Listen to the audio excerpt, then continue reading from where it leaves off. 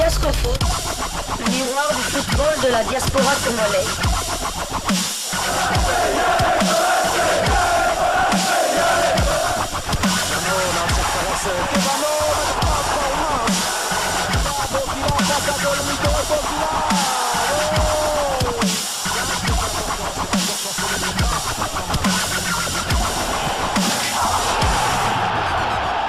Diascofoot, le miroir du football de la diaspora congolaise.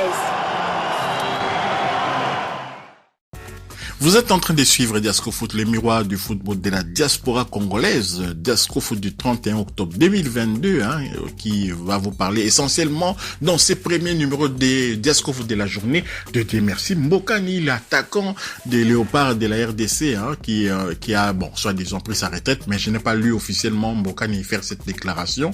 Mbokani est revenu en Belgique en deuxième division et il a d'entrée de jeu dès son premier match, dès ses premières minutes, parce que Mbokani était entré en deuxième mi-temps, c'était presque vers la fin du match, et il venait du Qatar, il venait du Koweït, il n'avait plus joué depuis vraiment pas mal de temps, et Mbokani, quand il est entré de jeu, tout de suite, il a mis tout le monde d'accord par un but exceptionnel. Il a donné la victoire à Beveren contre Dainz. Et le score final, c'était 2-1. Mbokani avait marqué à la 85e minute. Donc voilà. Mais aujourd'hui, je vais vous parler de Mbokani à travers un témoignage. Le témoignage de José Jeunechamp, un ancien entraîneur adjoint du Standard de Liège. Évidemment, il a été entraîneur adjoint un peu partout où il est passé. Vraiment, c'est des gens qui ont l'habitude comme ça de pouvoir être plus en contact, parce que les entraîneurs adjoints, c'est eux qui sont beaucoup plus en contact avec les joueurs. Et je vais vous expliquer pourquoi, justement, cet entraîneur-là a pu orienter la carrière de Louis Ndama, par exemple, de Louis Ndama, parce que lorsqu'il était entraîneur adjoint du Standard et que le Standard avait échoué quand même dans son ambition de pouvoir accéder au Playoff 1, le Playoff 1 qui donne accès à la scène européenne, l'entraîneur avait été viré et c'est José Jeunechamp qui l'avait remplacé. Et avant que Sapinto puisse arriver en poste. Et quand José Jeunechamp a remplacé cet entraîneur-là, il a tout de suite fait confiance à Louis Ndama qui évoluait en deuxième, dans l'équipe B du Standard avec les jeunes. Donc voilà. Et c'est à partir de lui que Louis Ndama est devenu le boss. Et lorsque le Standard a trouvé une solution, a amené Sapinto, le Portugais, Sapinto comme entraîneur principal, Sapinto a dit, je vais garder ces joueurs-là. Mais on oublie que c'est Jeunechamp qui avait donné l'élan, c'est Jeunechamp qui avait accepté parce que le Standard ne voulait garder que Merveille Bopé, vous savez, les trois joueurs ex du tout-puissant Mazembe qui étaient arrivés en Belgique, Merveille Bopé, Jonathan Bolingui et Louis Ndama. Bopé avait convaincu, le Standard ne voulait garder que Bopé. Jonathan Bolingui avait été, je crois, envoyé à Moucron, il avait été envoyé à Moucron, et Louis Ndama, il attendait la fin de la saison pour retourner à Mazembe. Il n'a pas voulu retourner à Mazembe. Il a parlé avec le président Moïse Katumbi. Il lui a dit, président, fais un petit effort financier pour que je puisse rester quand même en Belgique. Beveren était sur le rang. Beveren voulait acquérir Louis Ndama. Et Jeunechamp a dit, non, moi je vais jouer avec ces joueurs. C'est lui vraiment, je sens qu'il peut apporter quelque chose. Et vous savez la suite. Donc voilà. L'entraîneur José Jeunechamp est passé dans une émission de RTBF, une émission de plus de 44 minutes. Je vais vous épargner quand même la totalité de cette émission. Notamment dans cette émission-là, il a évoqué la Belgique, la Coupe du Monde, que la Belgique va jouer au Qatar. Il a dit que la Belgique ne va rien faire au Qatar parce que c'est une équipe d'agneaux. Donc la Belgique a l'habitude de former que des agneaux. On devrait former des loups pour espérer un jour gagner des compétitions. Des salopards sur les terrains, des voyous parfois. Mais dans le bon sens du terme, pas des joueurs trop doux, et des Nazar, des Bruyne, ils ont les talents, mais ils sont trop doux. Je voulais parler au lingala, il faut être un peu salopard parfois pour atteindre des objectifs. Il faut être des gâteaux sur les terrains au lieu d'être trop Tillemans, trop gentil. Voilà ce qu'il a voulu dire. Mais nous, ce qui nous intéresse, c'est ce qu'il a dit à propos de Mbokani, parce que dans cette émission-là, on lui avait confié 5 cartes, et dans chaque carte, il y avait un nom ou bien une réflexion au verso de la carte. Et dès qu'il lisait par exemple Mbokani, il doit dire quelque chose sur Mbokani. Et je vous laisse suivre cela. Ensuite, nous allons nous retrouver pour pouvoir conclure quand même cette réflexion. Donc peut-être des joueurs avec des comportements divers dans les petits clubs, peut-être des joueurs qui se disent que, vu leur capacité limitée, ils ont intérêt à plus écouter. Est-ce que la capacité d'écoute est la même dans tous les clubs du monde? Elle doit être la même. Et c'est ce que j'ai appris aussi en côtoyant des gens comme Sadio Mané, comme Koulibaly, comme Florent Malouda, par exemple, à Metz. Ces gens-là ont une faculté d'écoute incroyable et à n'importe quel âge. Souvent, je prends l'exemple de Florent Malouda, qui avait 34 ans lorsqu'il est arrivé à Metz en Ligue 1, mais il avait un comportement d'un gamin de 25 ans. Il était toujours le premier à la causerie et pas avec des écouteurs au premier rang. Ça n'a pas de prix. Quand je vois aujourd'hui comment Koulibaly se comportait sur le terrain à Metz et que je le vois jouer aujourd'hui avec Chelsea, sa qualité de passe, comment il a encore progressé. Et ça ne m'étonne pas, parce qu'il avait une telle faculté d'écouter, une telle absorption de toutes les informations qu'on lui donnait, au point d'être des meilleurs défenseurs au monde aujourd'hui. Et ça, c'est la faculté des grands. Toujours à l'écoute, d'être toujours dans l'apprentissage. Et c'est ce qu'aujourd'hui me donne du plaisir avec ce groupe globalement. Je ne les vois rarement souffler à une causerie, à des vidéos. Ils ont des vidéos individuelles, collectives. Kuipers, Hugo Kuipers, c'était ici en Division 3. Donc ce sont des gens qui ont vécu des expériences, bonnes et mauvaises, mais qui ont jamais lâché. Ils jouent à Gand, dans un grand club belge, et c'est peut-être pas fini. Tout ça est à leur portée. Ce qui fera la différence, c'est leur attitude face au travail et leur faculté à toujours rebondir et à toujours remettre le travail au-dessus de tout. Tu peux même dépasser des fois des limites et atteindre des sommets que tu n'imagines même pas. Eliakim Mangala, Dante au Standard. Dante, quand il nous disait, moi je jouerai un jour à la Seleção. Des fois je me disais, mais il est fou ce mec. Mais il y est arrivé. Et je sentais quand il me le disait, dans ses yeux, mais il va y arriver le con.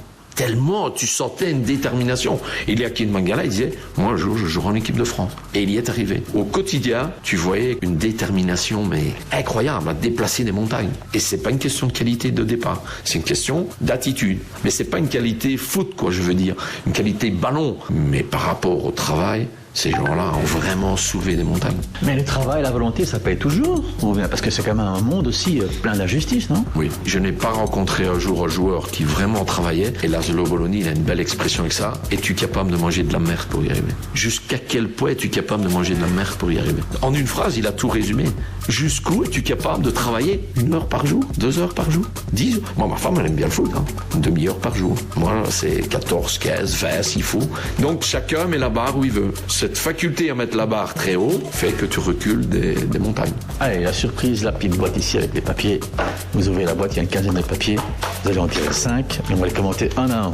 Premier papier, c'est quoi? Ah, Mbokani, la classe à l'état pur. Je dirais le meilleur attaquant, ou en tout cas un des meilleurs. Il fait partie des 3 meilleurs attaquants que j'ai pu côtoyer. C'est qui les 3?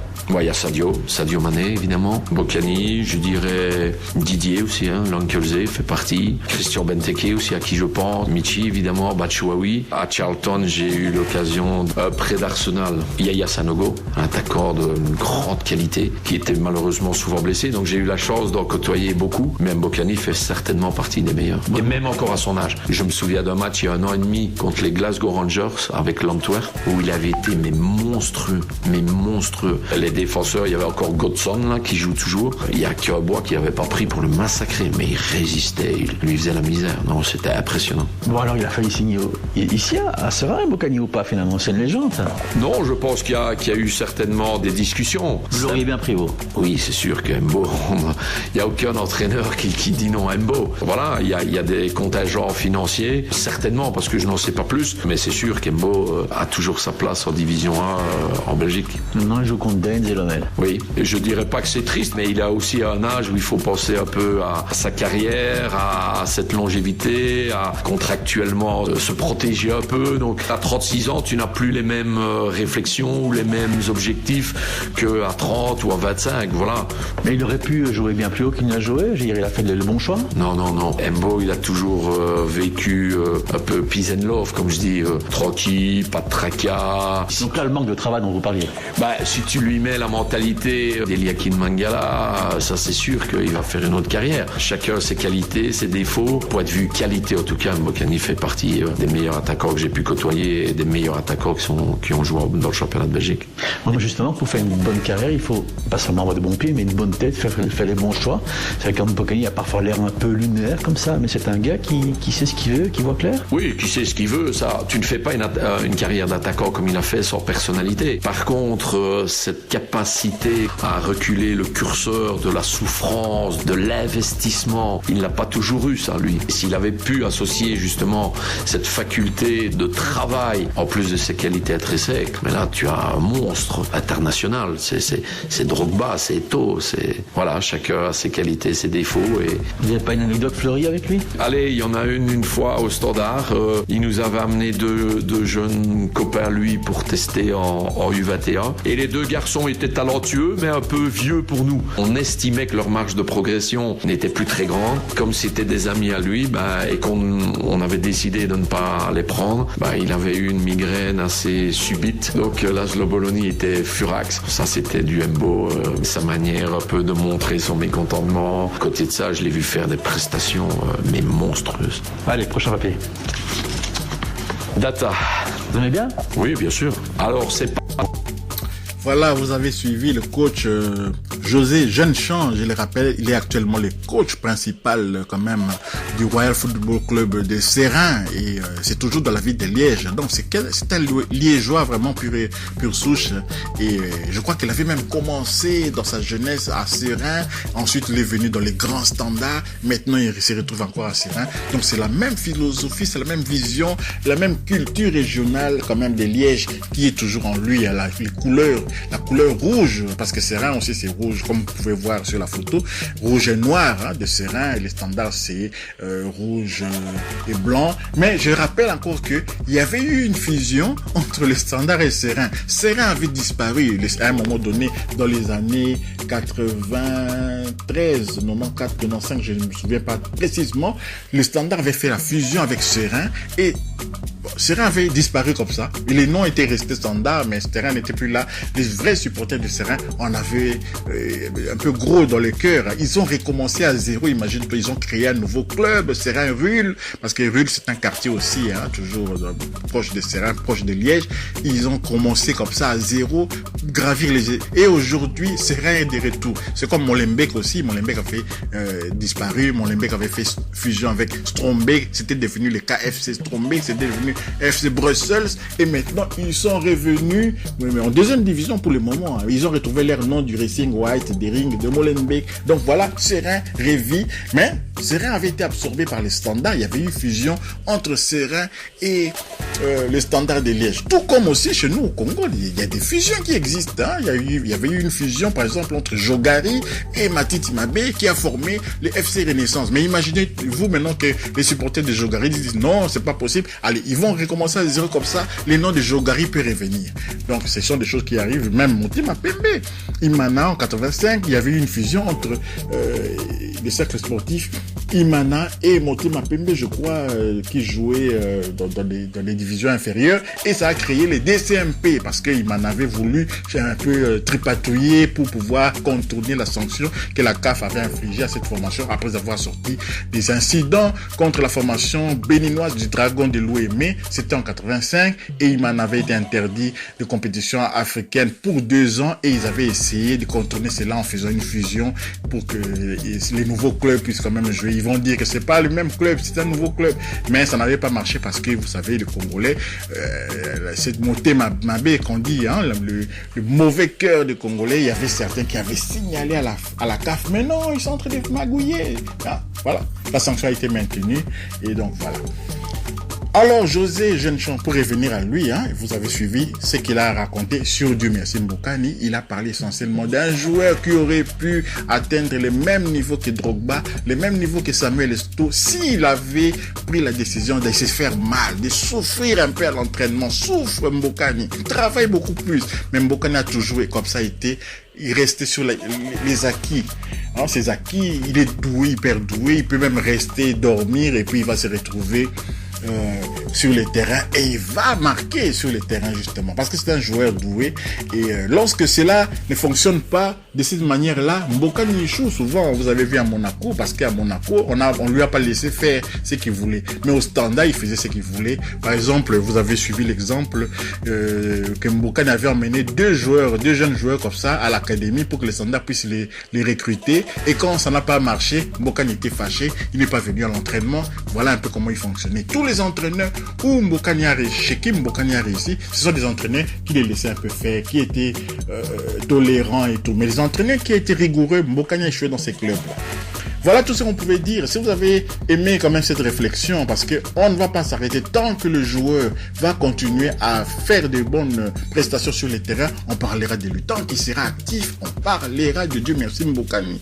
Il prouve le contraire parce que beaucoup de sa génération ont arrêté le foot, beaucoup de sa génération sont devenus des commerçants, ils font autre chose, mais lui il continue quand même. Et puis là, ses enfants aussi qui sont au centre de formation de l'AS Monaco, on espère qu'ils vont pouvoir faire une carrière dans le football et surtout accepter de jouer pour les Léopards de la RDC parce que comme ils sont en France là-bas, ils auront tendance à se dire que nous sommes français et tout, mais ce sont quand même les enfants de Dieu merci Mbokani. Mais cela ne nous garantit rien du tout. Vous savez, les enfants de Lukaku, on sait comment ça s'est terminé. L'enfant de Michel Ngongue, on vous parle souvent de Cyril Ngongue ici, il joue pour la Belgique. Donc, faisons très attention un peu à la manière dont nous sommes en train de nous comporter avec nos joueurs, nos anciens joueurs. Ces mépris-là, les enfants le voient, la famille voit tout cela et ça risque de nous coûter cher dans le futur. Si vous avez aimé, partagez cette réflexion.